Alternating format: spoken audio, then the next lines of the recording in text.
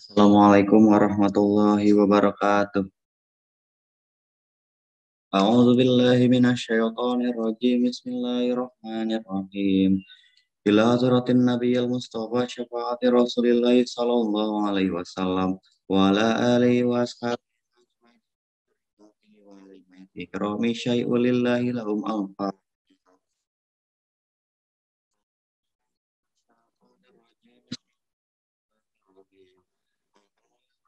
Fil alamin arrahmanir rahim maliki yaumiddin. Iyyaka na'budu wa iyyaka nasta'in ihdinas siratal siratal ladzina an'amta 'alaihim ghairil maghdubi 'alaihim waladdallin. Summa ila arwahi summa ila arwahi aimatil mujtahidin wa muqallidihim fid dini wal ulama'il amilin abdul khususan ila arwahi sadatina Abi Bakrin wa Umar wa Utsman wa Ali wa Sa'di wa Sa'idi wa an ibni Awam wa Abi Ubaidah Amin ibn Jarrah wa Jubair ibn Awam wa usulihim wa furu'ihim wa ahli silsilatihim wal adina minhu syai'un lillahi lahum al-fatihah. A'udzu billahi minasyaitonir rajim. Bismillahirrahmanirrahim. Alhamdulillahi rabbil alamin.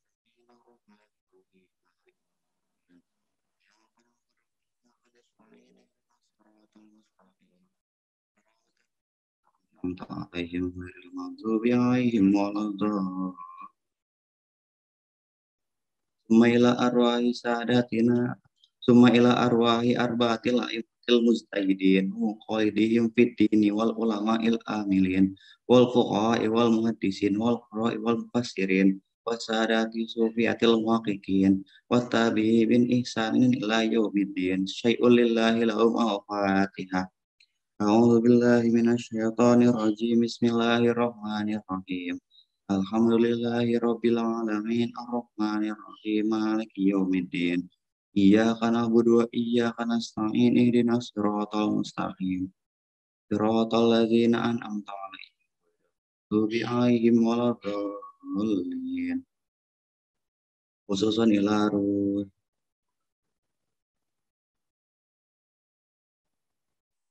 khususan ila ruh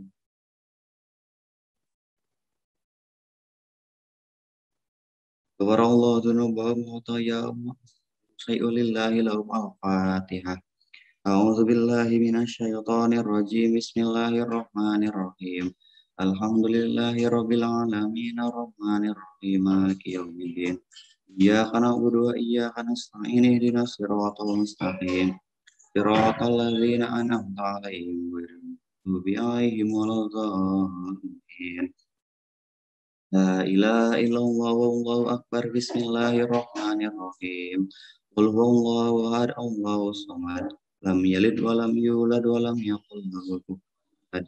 Bismillahirrahmanirrahim. Qul huwallahu ahad Allahu samad. Lam yalid. Bismillahirrahmanirrahim. Qul huwallahu ahad Allahu samad. Lam yalid wa lam yulad wa lam yakul lahu kufuwan ahad. La ilaha illallah wallahu akbar. Bismillahirrahmanirrahim.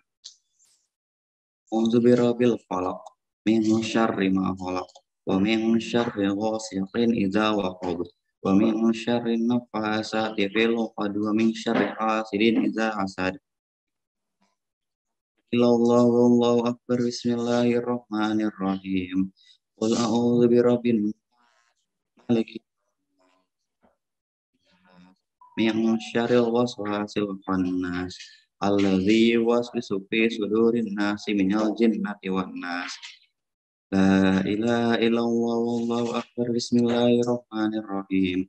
Alhamdulillahi rabbil alamin arrahmanir rahim maliki yaumiddin.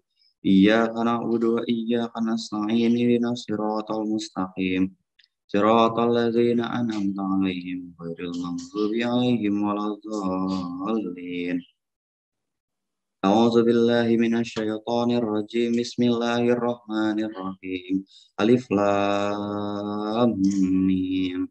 Dzalikal kitabu la raiba fihi hudal lil muttaqin alladzina yu'minuna bil ghaibi wa yuqimuna sholata wa mimma razaqnahum yunfiqun. walladzina yu'minuna bima unzila ilaika wa ma unzila min qablik wa bil akhirati hum yuqinun. La ilaha illa la ilaha illa la ilaha illa wal hayyul qayyum. La ta'khudhuhu sinatun lahu ma fis samawati wa ma fil ard.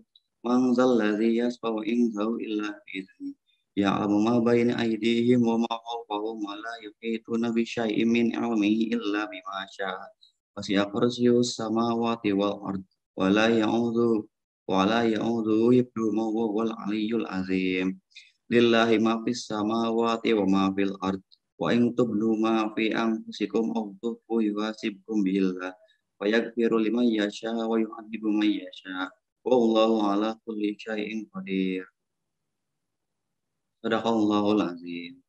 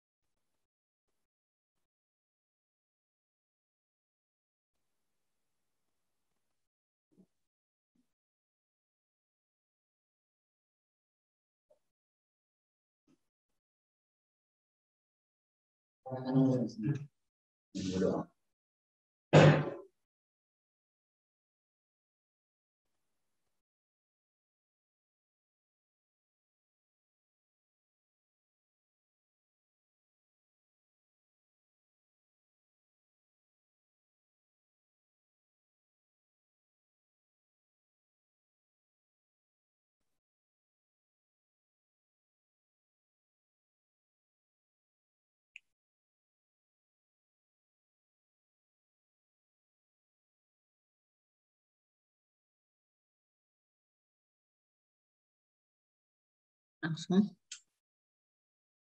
Assalamualaikum warahmatullahi wabarakatuh. Alhamdulillahirabbil alamin. Rabbi shrahli sadri wa yassirli amri wahlul 'uqdatam min lisani yafqahu qawli. Alhamdulillah, pada hari ini kita masih diberikan nafas, diberikan sehat, dan diberikan kuat. Sampai saat ini kita masih bisa menjalankan ibadah puasa dan mudah-mudahan bisa sampai akhir pada ibadah puasa tahun ini. Hari ini kebetulan hari Kartini, hari di mana perempuan-perempuan bisa menghirup udara luar dengan adanya Kartini yang memberikan motivasi, emansipasi kepada kita sebagai generasi penerusnya. Karena tanpa beliau, kita sebagai perempuan tidak akan bisa seperti ini. Dan mudah-mudahan kalian, kita semua, perempuan-perempuan Indonesia bisa menjadikan Indonesia lebih bangkit, Indonesia lebih bermakna, dan kita bisa melihat para pemimpin-pemimpin dunia banyak disandang oleh para wanita, dan Ibu doakan juga dan anak-anak perempuannya bisa menjadikan pemimpin-pemimpin bermanfaat di masyarakat. Dan pada hari ini, alhamdulillah Ibu bisa tampil lagi, tidak ada dikarenakan sakit, dan Ibu minta doanya pada kalian semua, semoga segera diangkat penyakitnya dan diberikan kesehatan. Amin ya rabbal alamin. Untuk sekarang, Ibu akan membahas tentang Pancasila di mata. Kalau kita kaitkan Pancasila, Pancasila itu berasal dari bahasa Sanskerta. Artinya panca 5 dan sila adalah dasar. Jadi di dalam kehidupan kita harus bisa menjalankan 5 dasar yang ada di dalam negara. Begitupun di dalam agama. Kita harus bisa menjalankan juga dasar-dasar hukum-hukum yang telah ditetapkan oleh Allah Subhanahu wa Ta'ala, disertai dengan ucapan, perkataan, atau yang disebut dengan hadis Rasulullah Shallallahu Alaihi Wasallam. Di dalam Pancasila, setiap pelajar pasti tahu isi dari Pancasila adalah 5. Dan butir yang pertama adalah ketuhanan yang Maha Esa. Ketuhanan yang Maha Esa di sini adalah sila pertama pada Pancasila. Sila ini menyebutkan bahwa kita harus hidup berdasarkan kepada keimanan. Kalau di dalam agama disebut ketauhidan. Jadi tauhid itu harus penting sebagai modal, sebagai dasar agama kita, dan sebagai modal dasar untuk kehidupan kita, baik untuk sekarang maupun yang akan datang. Di sini kita harus bisa menjalankan. Jangan menyebutkan bahwa kita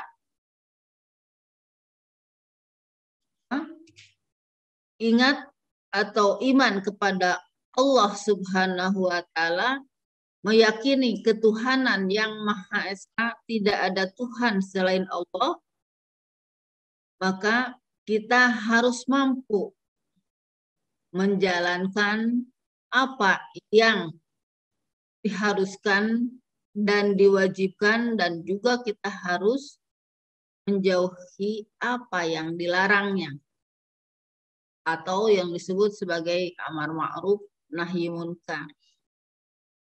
Di dalam kehidupan sehari-hari kita wajib, apalagi kalian sudah pada dewasa.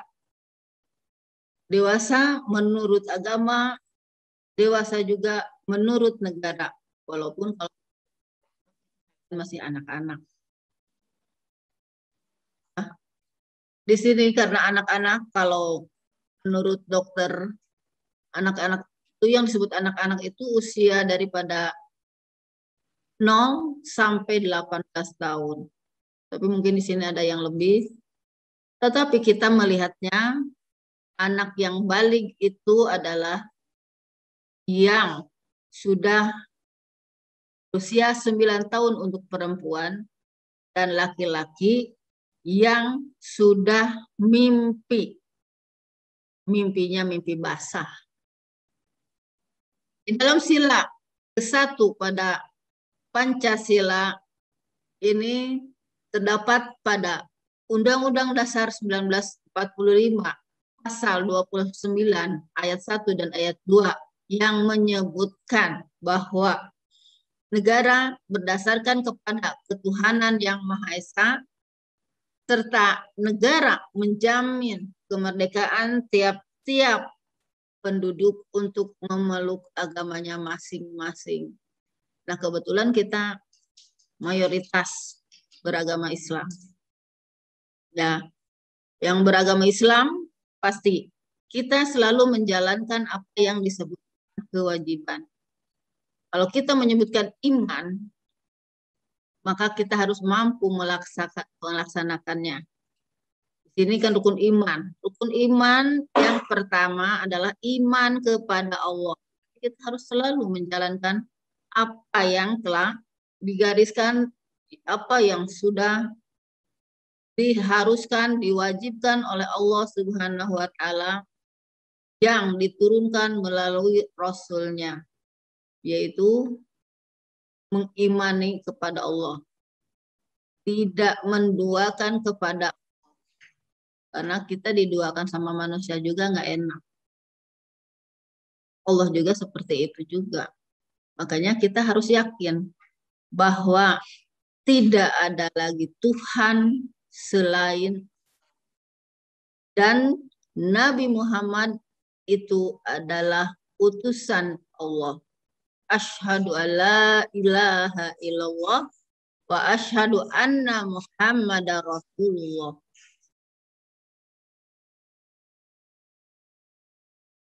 Nah, di dalam memeluk agama-agama yang lain di Indonesia, karena Indonesia itu mempunyai yang sudah terdaftar adalah ada 5 agama. Islam, Hindu, Buddha, Kristen, dan yang satunya ibu lupa.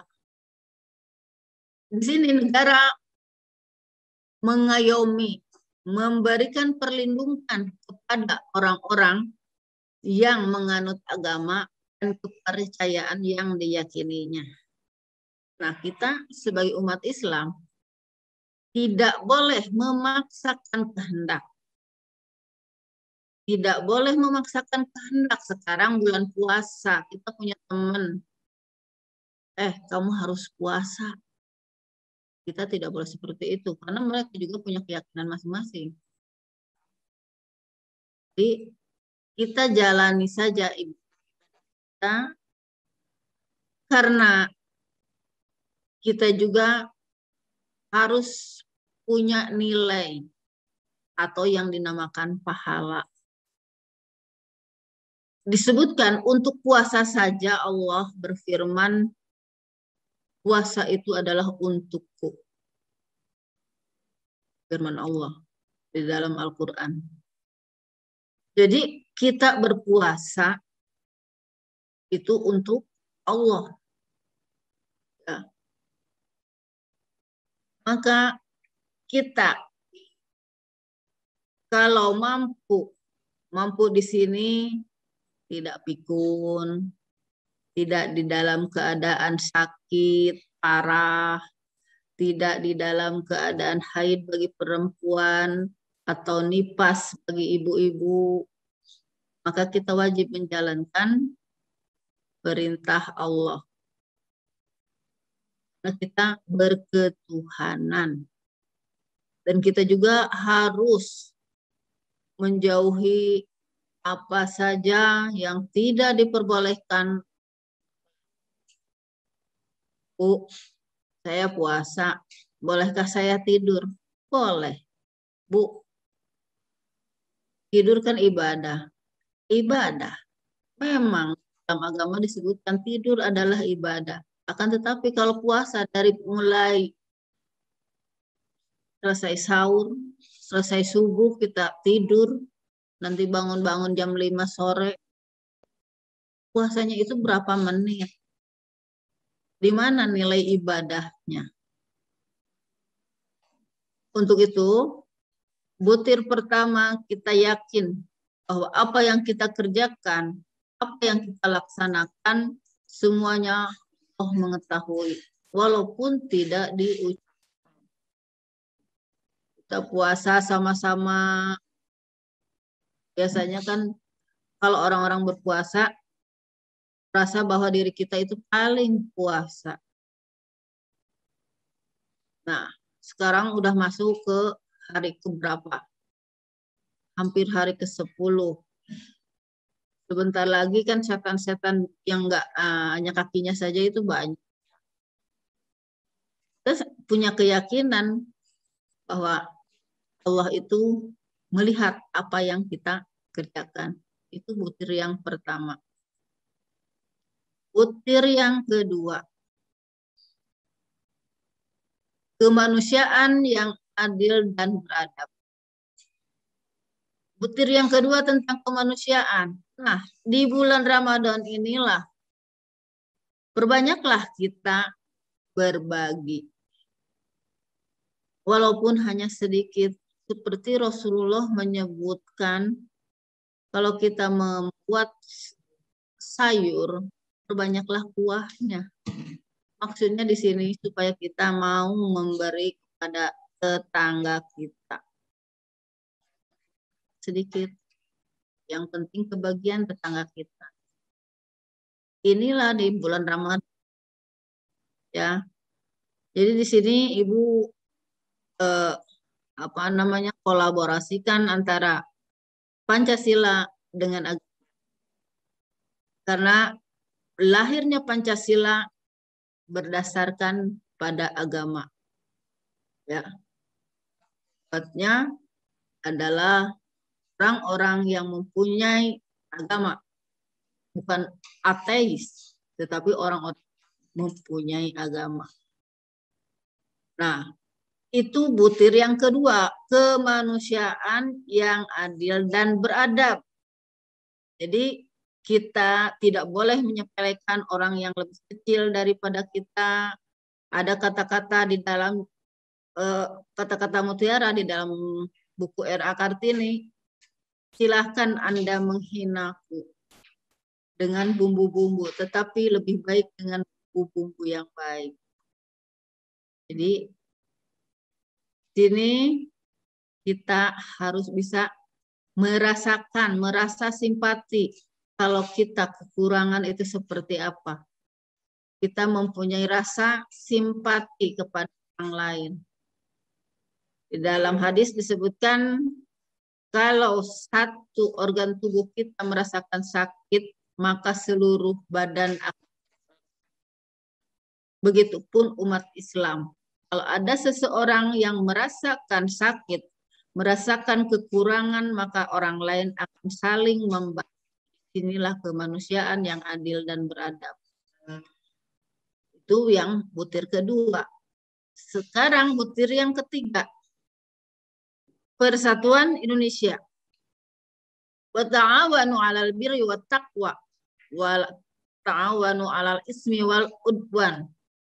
Wa la ta'awanu 'alal ismi wal udwan. Bersatulah kita di dalam kebaikan dan janganlah kita bersatu di dalam kemungkaran. Alhamdulillah sekarang taraweh masih penuh masjid. Yang tawuran, alhamdulillah sekarang sudah tidak ada karena sekolahnya juga diliburkan. Mudah-mudahan suatu saat kita bisa bertatap muka lagi. Ya, pandemi segera berlalu. Covid segera berlalu. Kita diberikan sehat iman, sehat jasad, sehat pikiran. Ketemu lagi nanti. Dan kita harus bersatu. Bersatu kita teguh, bercerai kita runtuh. Bukan bercerai kawin lagi. Kata-kata untuk yang suka perempuan.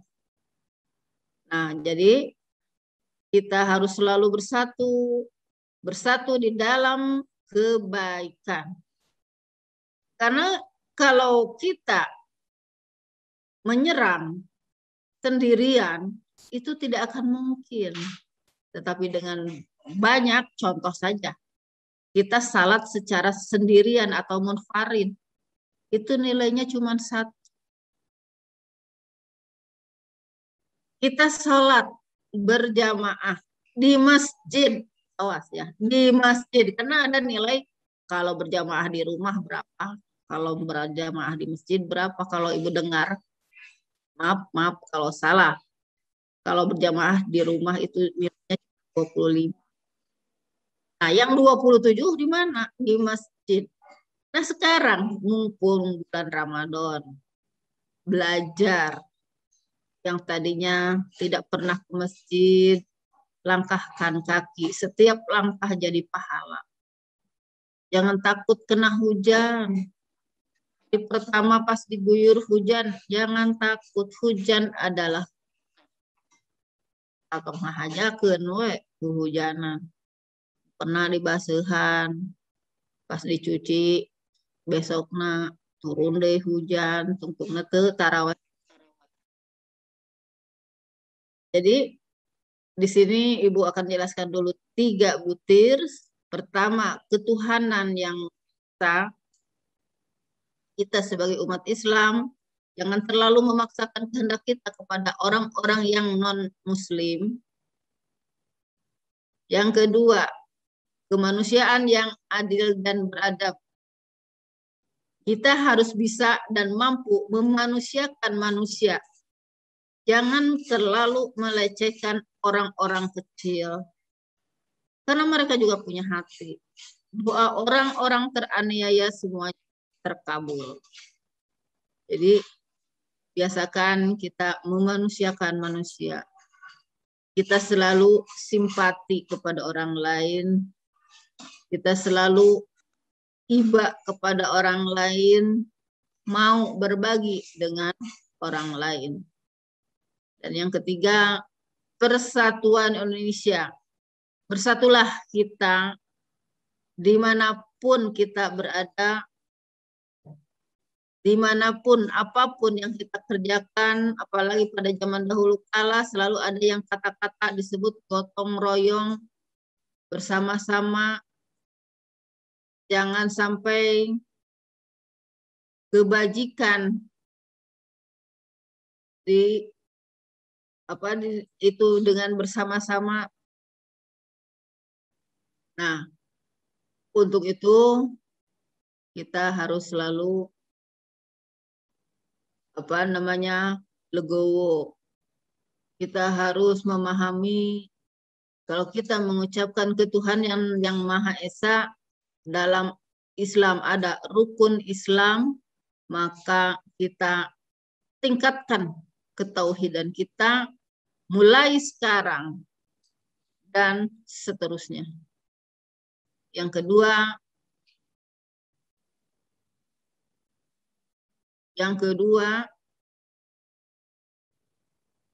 kita selalu menyisihkan sebagian harta kita untuk diberikan ke orang-orang yang membutuhkan.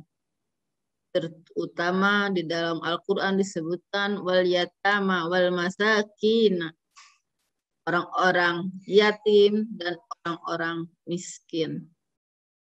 Bersatulah semua umat Islam dalam menghadapi cobaan yaitu pandemi. Mudah-mudahan kita selalu diberikan kesehatan, dijauhkan dari segala mara bahaya.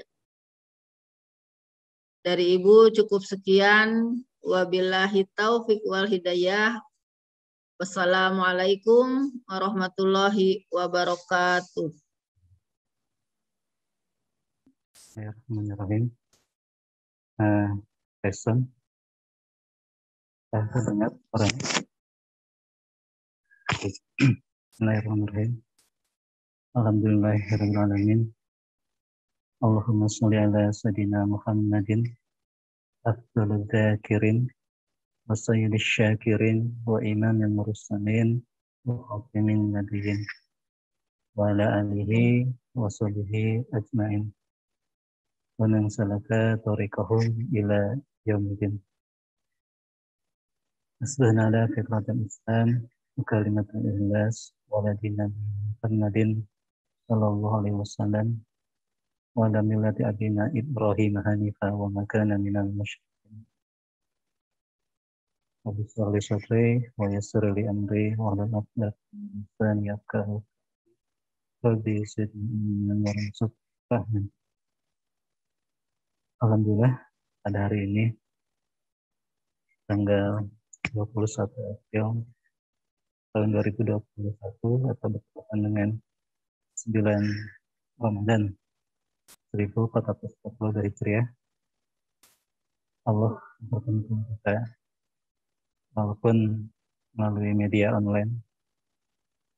Kita syukuri inilah rezeki kita, inilah kemudahan yang Allah berikan untuk pembelajaran kita di masa pandemi ini.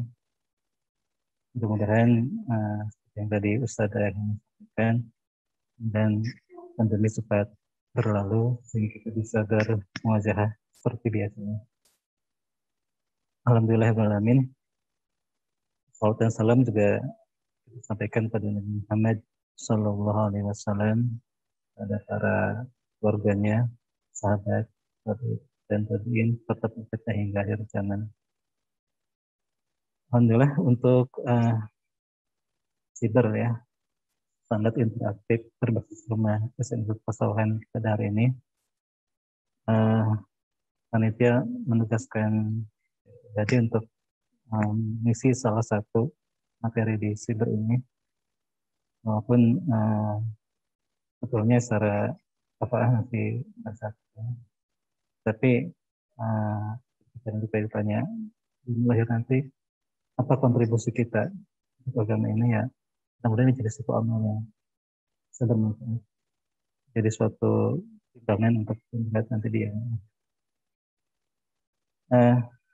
Kalau di judul itu tadinya saya akan membahas sekilas tentang kitab Majmu' Thalatha Rasail, tapi setelah saya pertimbangkan kembali, kemudian dikaji-kaji kembali bahwa untuk penyampaian materi siber ini, di mana waktu pembukaan Ibu Kepala menegaskan bahwa salah satu tujuan siber ini adalah adanya pembinaan akhlak, karakter, maka memutuskan untuk berubah pembahasan, yaitu saya akan sekilas bahas tentang dari bahasan Ihya Ulumuddin karangan Al-Ghazali. Admin mungkin izin share screen.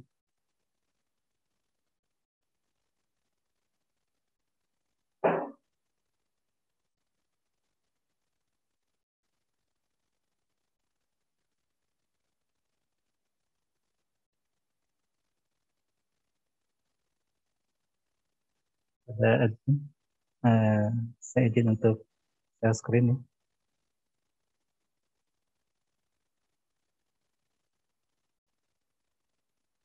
Ya, masih belum bisa. Posnya mungkin bisa dialihkan dulu.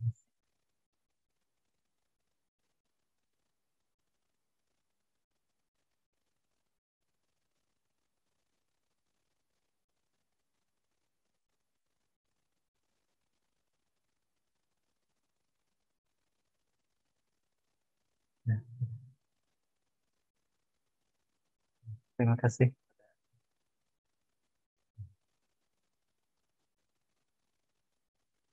Adapun materi dari kitab Ihya yang akan dibahas ini yaitu pada bagian 6. Bagian 6, karena kalau ngebahas kitab Ihya yang 4 jilid itu tidak memungkinkan untuk pertemuan. Jadi saya bahas tentang berkaitan dengan puasa saja. Itu di bagian 6.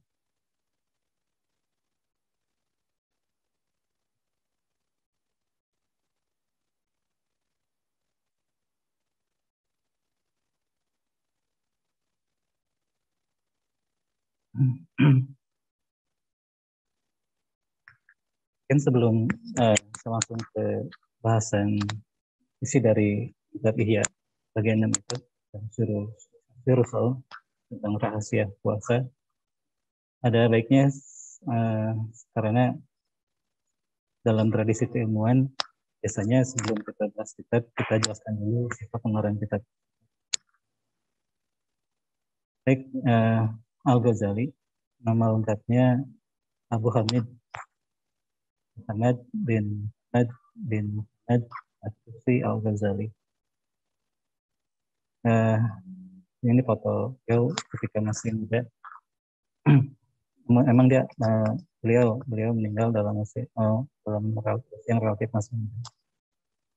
Beliau nama aslinya Muhammad, punya anak Hamid, maka dipanggil Abu Hamid.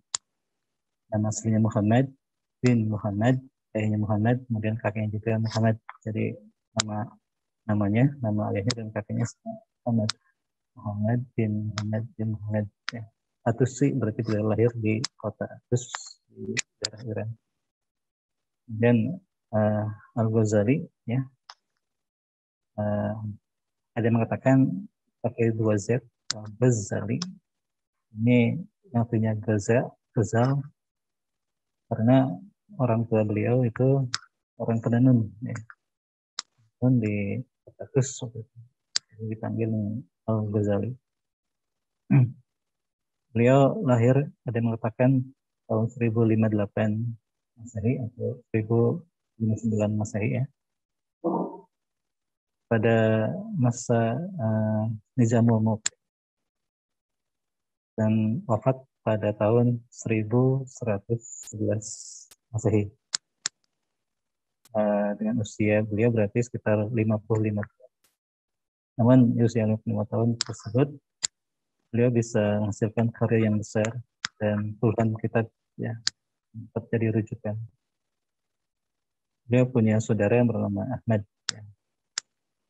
Dan ketukar, ya, beliau dalam Muhammad, saudaranya adalah Ahmad bin Muhammad At-Tusi Al-Ghazali. Nah, ayah beliau, ya, meninggal pada saat beliau masih kecil. Dan oleh ayah beliau dititipkan pada seorang temannya yang seorang sufi. Jadi nanti pada akhir hidupnya warna sufi beliau itu kembali muncul.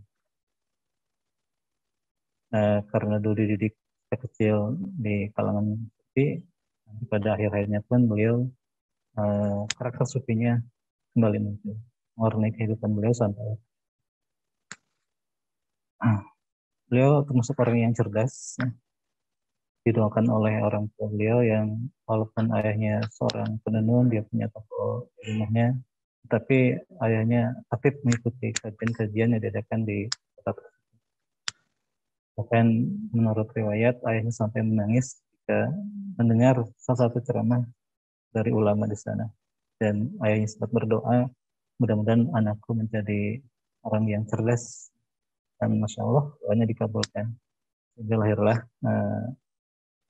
Al-Ghazali ini. Beliau merupakan salah satu ulama muakhirin, ya, di kalangan mazhab Syafi'i. Jadi beliau juga mazhabnya Syafi'i. Walaupun pada masa beliau lahir itu pertentangan antara Mu'tazilah dan Syariah itu sangat kuat, ya. Mu'tazilah yang lebih utamakan kaum sufi biasanya lebih ditekankan pada perasaan. Beliau sempat menjadi rektor di kotanya, ya, pada zaman Nizamul Mulk, jadi dosen juga. Namun sekitar usia 38 beliau meninggalkan pekerjaan itu. Dan sekitar 6 tahun beliau mengembara, ya, ke Madinah, ke Damaskus, ya, dan kembali lagi ke kota asal. Dan beliau wafat di kota asalnya, di Iran. Ketika beliau memutuskan untuk berhenti dari pekerjaan sebagai dosen, sekitar 6 tahun beliau mengembara, beruslah katanya. Disitulah lahir kitab Ihya ini.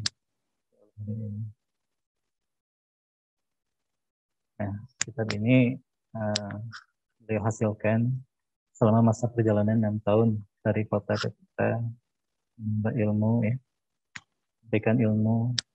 Bahkan di Damaskus katanya ada suatu masjid yang di pojok masjid itu khusus diisi oleh majelisnya Al-Ghazali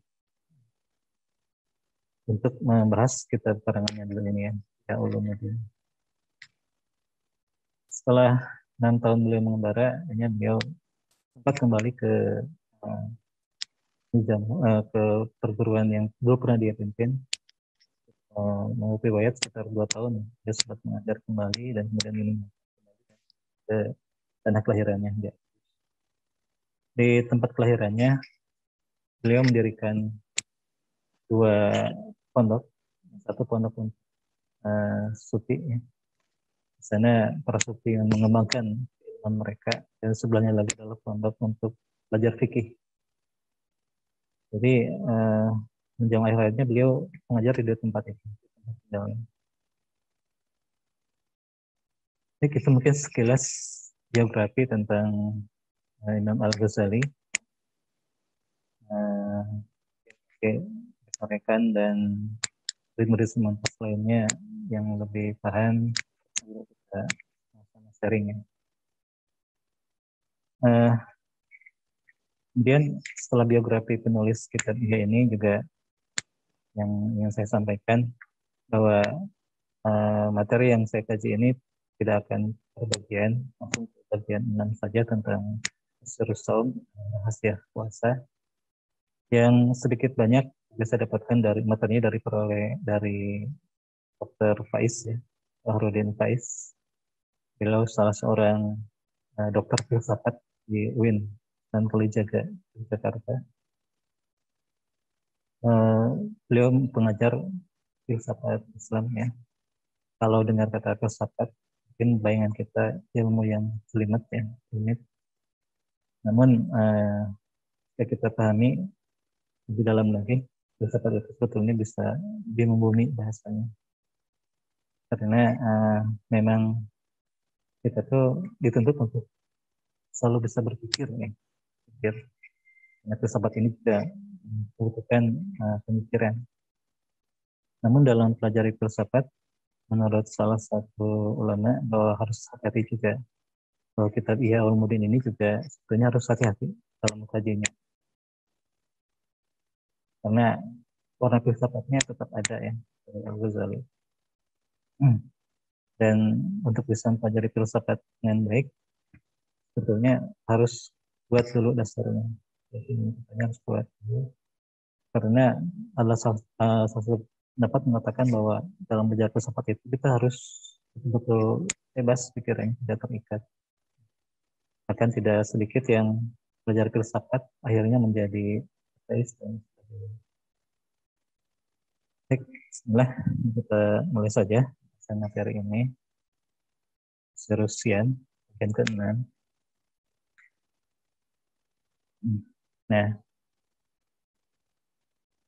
dalam kitab Ihya ini, Al-Ghazali mengutip hadis, ya.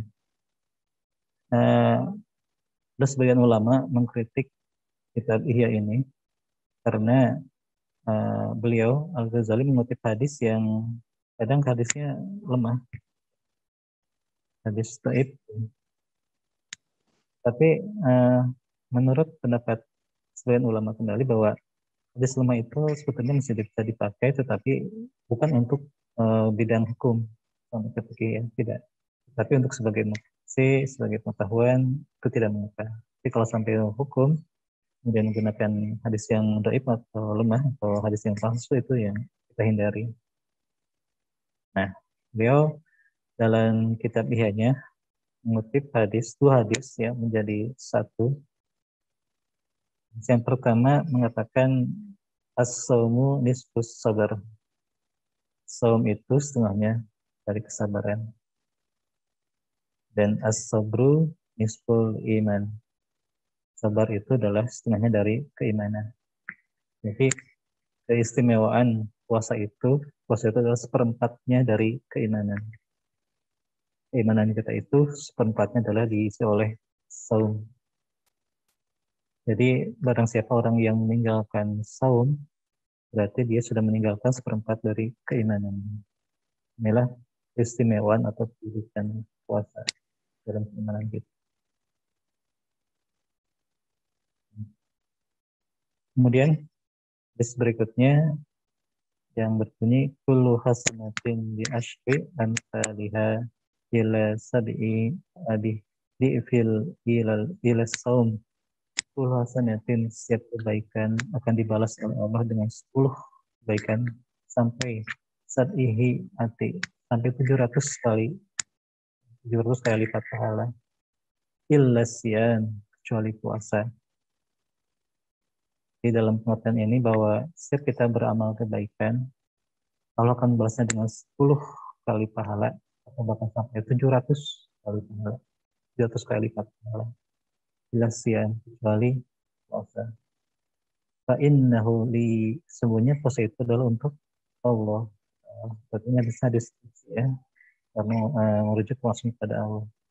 Wa ana ajzihi bih, akulah yang akan membalasnya. Jadi kemungkinan puasa ini, keistimewaan puasa ini, balasannya bisa lebih dari 700 kali lipat. Jadi sangat rugi sekali jika kita meninggalkan momen ini, puasa ini. Karena balasannya hanya Allah yang tahu berapa kali. Bisa lebih dari 700 kali. Ibadah yang sunnah, apalagi ibadah yang wajib, kita optimalkan. Puasa ini sebagai tamu ya bagi kita. Ya, sudah lama kita nantikan dari bulan Rajab, Sa'ban, dan alhamdulillah kita masih dipertemukan dengan bulan puasa. Kalau Ustadz Hana Atak itu mengibaratkan puasa itu sebagai tamu di rumah kita. Kalau kita kedatangan tamu, maka alangkah baiknya kita memuliakan tamu. Jika mau datang tamu, mungkin rumah kita akan kita bersihkan, kita hidangkan makanan yang baik, yang lezat, halal dan thayyiban. Dan yang tidak ada pun mungkin akan diada-adakan untuk menghormati tamu. Yang biasanya tidak ada, kita beli. Ya. Kalau tamunya mau bermalam, kita rapikan kamarnya, siapkan kasurnya, tambah wangian. Ya. Kenapa? Biar tamunya betah. Nah, Ramadan pun sama, ibaratkan sebagai tamu. Kita tambah itu ibadah kita yang sebelumnya mungkin jarang dilakukan di bulan puasa. Ya mulai ya, dan bersedekah, menambah kebaikan, menambah amal sunnah, ya. Tadarus ya, sampai ada target kan ya, dewan juz, target berapa juz bulan ini, ya. Kita tambah ibadah. Nah, kenapa hal seperti itu? Menurut Ustadz Hana Ataki, biasanya tamu yang terkesan ketika bertamu ke rumah kita, walaupun kita tidak mengharapkan ya, nanti dia akan berikan hadiah, memberikan kabar kepada teman-teman lainnya bahwa mereka itu menjamu saya dengan baik, sangat baik, walaupun hanya dengan pemberitaan ya. Nah, kemudian dengan Ramadan nanti juga akan memberikan hadiah bagi kita, yaitu nisfu Sa'ban. Salah satu hadiah yang terbaik ya, yang diberikan Ramadan itu adalah adanya malam nisfu Sa'ban. Setelah kita berupaya semaksimal mungkin di bulan puasa ini, mudah-mudahan kita juga mendapatkan malam nisfu Sa'ban. Nah, itu tentang keistimewaan atau produk kita alih ya. Kemudian khususan puasa ya. Kenapa puasa yang disebut khusus? Karena dia ibadah yang berbeda dengan ibadah yang lainnya. Kalau ibadah biasanya itu ibadah yang sifatnya disuruh oleh Allah ya. Ittaqullah dan beramal baiklah, sholatlah. Dan kita bisa mengenal dengan istilah amal ma'ruf nahi munkar. Justru puasa adalah ibadah yang jenisnya mencegah dan meninggalkan. Kalau ibadah biasanya adalah menyuruh melaksanakan, justru puasa adalah ibadah yang jenisnya mencegah dan meninggalkan. Meninggalkan yang dilarang oleh Allah ya, meninggalkan makan minum di siang hari, ya. Mencegah berbuat yang tidak baik ketika berpuasa. Jadi ini ibadah yang khusus, jenisnya mencegah atau meninggalkan. Yang kedua, kenapa puasa memiliki kekhususan atau sebagai ibadah yang khusus? Karena di dalam puasa ada rahasia tafsir yang tidak terdapat di ibadah lain. Puasa itu yang tahu hanyalah kita dan Allah Ta'ala. Bisa saja kita di siang hari terlihat segar, bilang masih puasa, padahal hanya Allah dan dirinya. Oke, puasa adalah ibadah yang rahasia. Seluruh amal ketaatan lainnya, ibadah yang lainnya bisa disaksikan oleh makhluk. Ibadah yang lainnya bisa dilihat oleh orang lain. Bisa, ya, menolong orang lain bisa terlihat, tapi tidak dengan puasa. Hanya Allah lah yang bisa melihat. Itu yang kedua, khususan yang kedua. Ibadah yang mencegah, kemudian dan itu dapat rahasia, hanya Allah yang bisa melihat. Kemudian puasa juga jalan menutup bagi musuh Allah. Melalui apa? Melalui hawa. Puasa itu mengekang setan untuk menggoda manusia melalui syahwat. Sedangkan syahwat itu biasanya akan kuat jika kita makan dan minum. Syahwat apa saja. Kalau dengan makan dan minum itu tumbuh. Itu di Ramadan inilah, di bulan puasa inilah, maksud syahwatnya kita tahan. Makanya ada istilah setan itu dirantai, dibelenggu. Kalau menurut Dr. Faiz, ini sebuah simbol bahwa ketika Ramadan ini setan itu nggak bisa masuk ke dalam diri kita karena kita tidak makan dan tidak minum. Kita tidak makan tidak minum, maka kita syahwatnya menjadi lemah, setan tidak bisa menggerak. Tapi kalau ternyata kita puasa tetap bisa melakukan kemaksiatan, ya berarti kita sendiri yang jangan-jangan sudah terdapat setan gitu. Bila ingin dalam. Ini khususan puasa. Berikutnya dalam kitab Ihya Ulumuddin bahwa puasa itu ada 3 tingkatan, 3 level puasa. Puasa orang awam, puasa khawas, dan puasa khawasul khawas. Jadi kalau ada materi pembagian puasa itu biasanya kita dapat dalam kitab Ihya ini.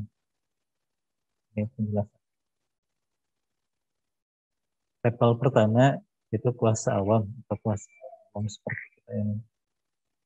Dalam kaidah fikihnya dikatakan puasa itu adalah mencegah dan kemaluan dari memenuhi keinginannya. Tidak perut dan berhubungan badan, ya, tidak makan, tidak minum, berhubungan badan, itulah puasa menurut awam. Dari subuh sampai maghrib kita mencegah perut makan dan minum, dan kita mencegah kemaluan kita dalam memenuhi keinginan sahabat, itulah puasa. Namun secara umum, karena itu puasa. Tidak makan, tidak minum, tidak berhubungan, itu puasa. Tapi baru secara umum. Puasa umum ini menitikberatkan hanya pada hal-hal yang membatalkan dalam bentuk kebutuhan perut dan keinginan, tanpa memandang aspek lain yang harus ditahan. Jadi dalam puasa umum ini hanya menahan mulutnya untuk makan minum, tidak menjaga mulutnya untuk sesuatu yang tidak baik, ya. Saat menggunjing, membicarakan orang lain, menyakiti orang lain, ini puasa umum.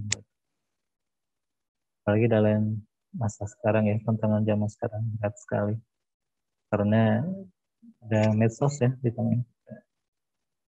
Itu walaupun mungkin kita tidak menggibah orang lain, tapi mungkin kita hati-hati dengan jempol, ya. Makanya menurut orang IT ada istilah sosmed testing, puasa sosial media. Kita belajar menahan diri kita di sosial media, ya. Karena tempat sehari kita memang berpuasa, tidak makan tidak minum, tapi takutnya jempol-jempol kita, mata-mata kita, ya, di sosial itu tidak bisa. Nah, kenapa jika setelah Ramadan kita sudah puluhan kali Ramadan, tapi tidak membawa dampak pada diri kita, jangan-jangan kita baru sebatas puasa awam. Karena yang hanya kita tahan hanyalah makan dan minum dan kemaluan kita. Pada tingkat ini, orang melakukan puasa tidak akan terbatasi dari kemaksiatan. Karena orang pada saat ini tidak mengendalikan unsur jasmaniah yang dipandang tidak berhubungan dengan puasa, dan juga hatinya tapi tidak ikut berpuasa, hanya mulut dan kemaluannya saja yang puasa. Ini mungkin kita ya, puasanya baru sebatas. Nah, yang kedua, level puasa kedua adalah puasa khusyuk. Kalau dalam bahasa lain ini puasa khusyuk itu puasanya serius, ya. Serius puasanya. Apa itu puasa khusus? Puasa yang berusaha mencegah pandangan, penglihatan, lidah, tangan, kaki, dan anggota tubuh lainnya dari perbuatan. Jadi di level ini yang puasa bukan hanya mulut, tapi panca indera yang lain pun dipuasakan. Pandangan tidak memandang yang tidak tetapnya, penglihatan tidak melihat sesuatu yang menimbulkan kemaksiatan, lidah tidak bicara yang menyakiti, tangan, kaki juga tidak bergerak untuk berbuat dosa. Kita naik ke level selanjutnya kalau bisa ya, mengusahakan juga panca indera kita. Orang yang berada pada tingkat puasa khusus memiliki kesadaran untuk selalu menahan keinginan-keinginan lahiriah yang berupa anggota badan dengan kenikmatan diinginkan oleh anggota tersebut. Dan kalau ngobrol itu kadang kita sadari lalu ada saja ya nyerempet membicarakan orang lain. Dan dalam level kedua ini itu sudah dihindari. Tujuannya untuk menemukan kenikmatan yang sebenarnya, yakni ketenangan dan ketentraman batin ketika berpuasa. Jadi kalau puasa ternyata masih menggunjing, mungkin puasanya sah, tapi pahalanya takutnya batal. Ini di level 2 adanya, memuasakan semua indera kita. Menurut Al-Ghazali, puasa pada hakikatnya adalah media untuk bisa dekat dengan Allah. Dan hal tersebut benar-benar berfungsi apabila orang yang menjalankan puasa dinas oleh kemauan yang kuat, motivasi untuk berada sedekat mungkin dengan cara mengalahkan keinginan-keinginan yang bersifat lahiriah. Nah, kita juga perlu waspadai sebetulnya ketika kita dari subuh sampai maghrib kita betul menjaga perut kita, menjaga pandangan kita ya. Namun ketika maghrib kita harus hati-hati ya, kita berbuka.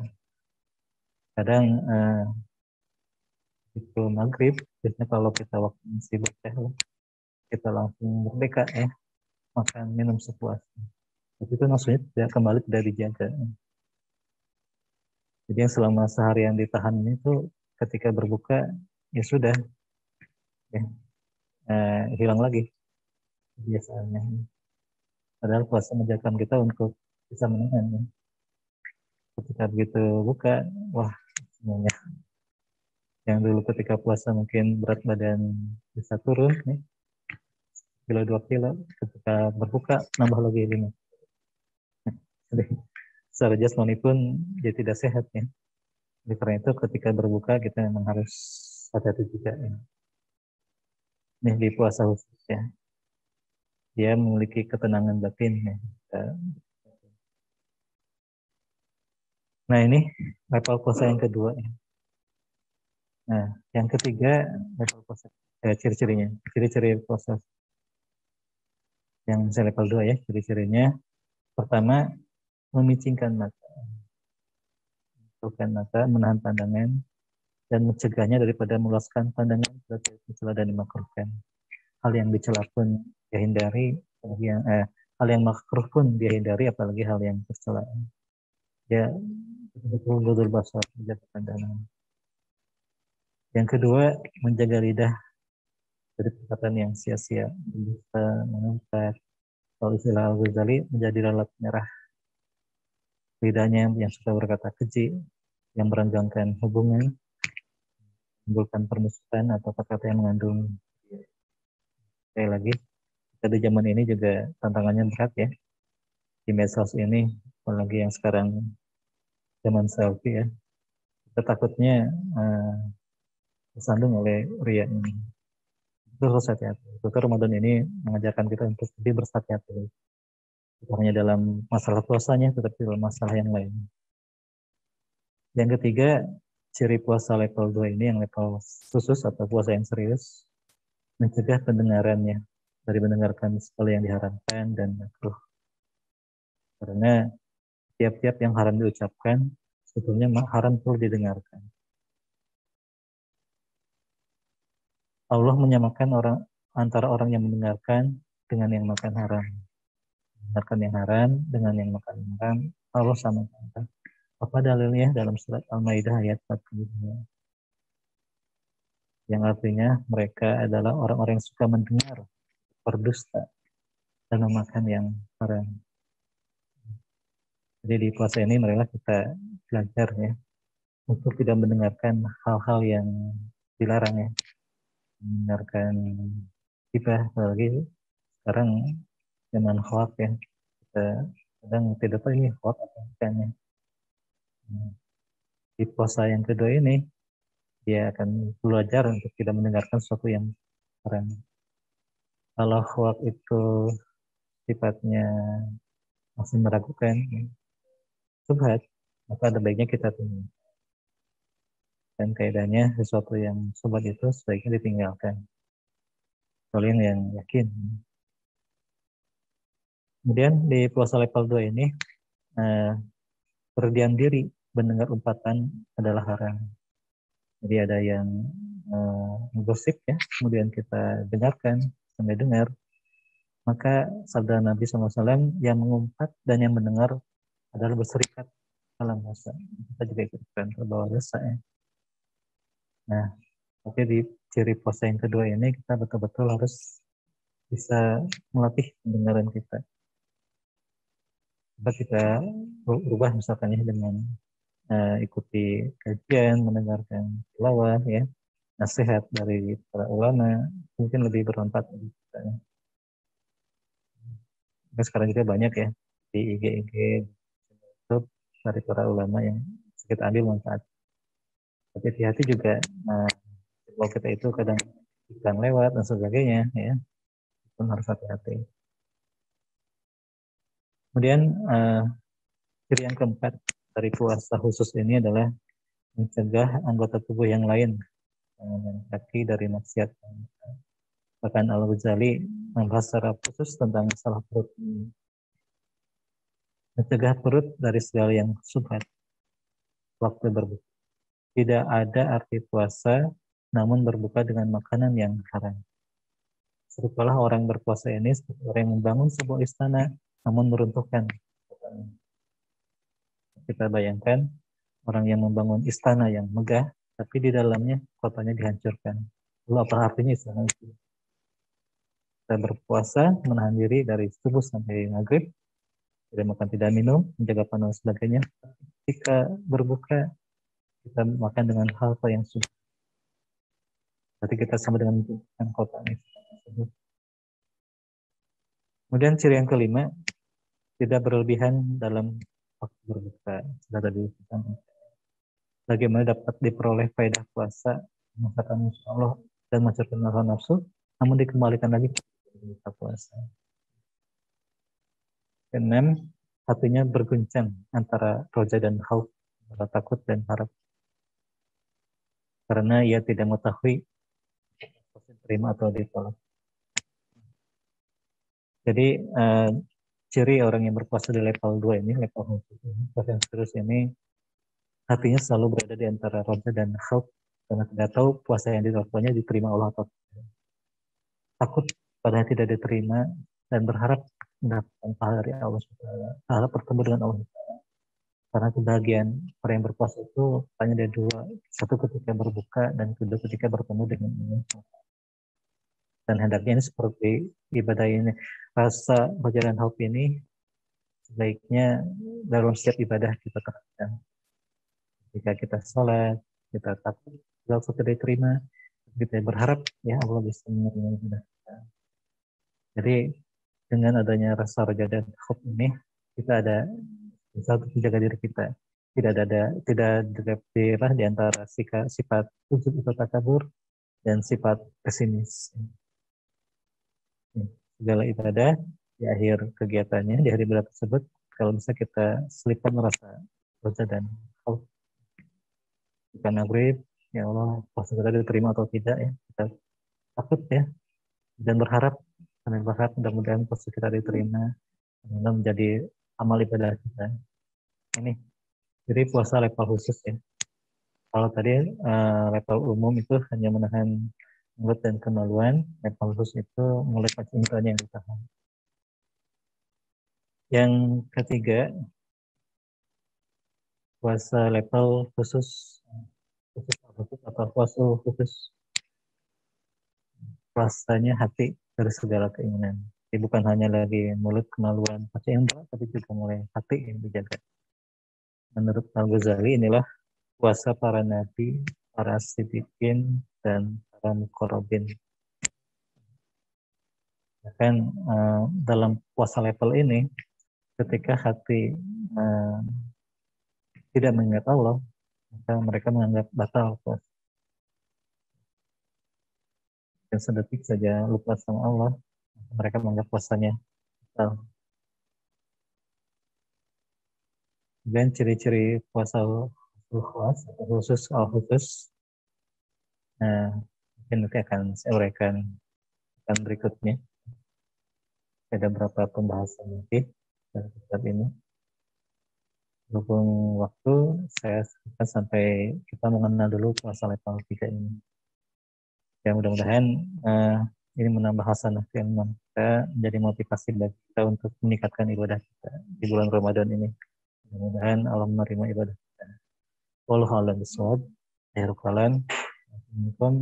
Assalamualaikum warahmatullahi wabarakatuh.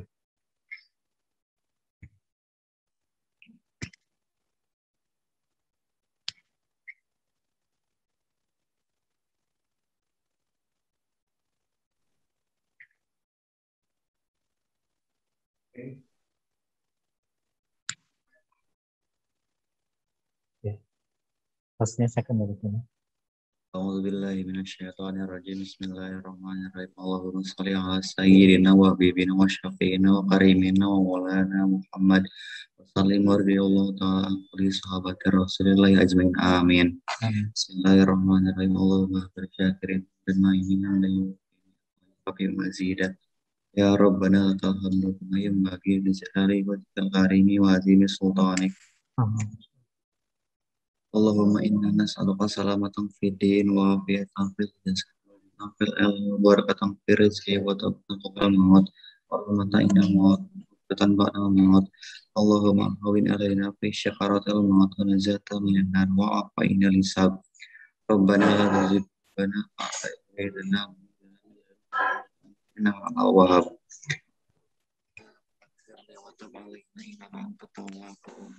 lana min ladunka innaka antat tawwabur rahim. Innaka antat tawwabur rahim. Min syarri nafsi Allahumma biburuk syarri nafsi Allahumma wa min syarri Allahumma firli wa bi'ul bariya kama rabbayani shaghira. Rabbana atina fid dunya hasanah wa fil akhirati hasanah wa qina adzabannar. Wa sallallahu ala sayyidina Muhammadin nabiyyi wa alihi wa barik wasallam. Subhana rabbika rabbil izzati amma yasifun wa salamun alal mursalin. Alhamdulillahi rabbil alamin. A'udzu billahi minasyaitonir rajim. Bismillahirrahmanirrahim. Alhamdulillahi rabbil alamin arrahmanir rahim maliki yaumiddin. Iyyaka na'budu wa iyyaka nasta'in ihdinas siratal mustaqim. Siratal ladzina an'amta 'alaihim ghairil maghdubi 'alaihim waladdallin.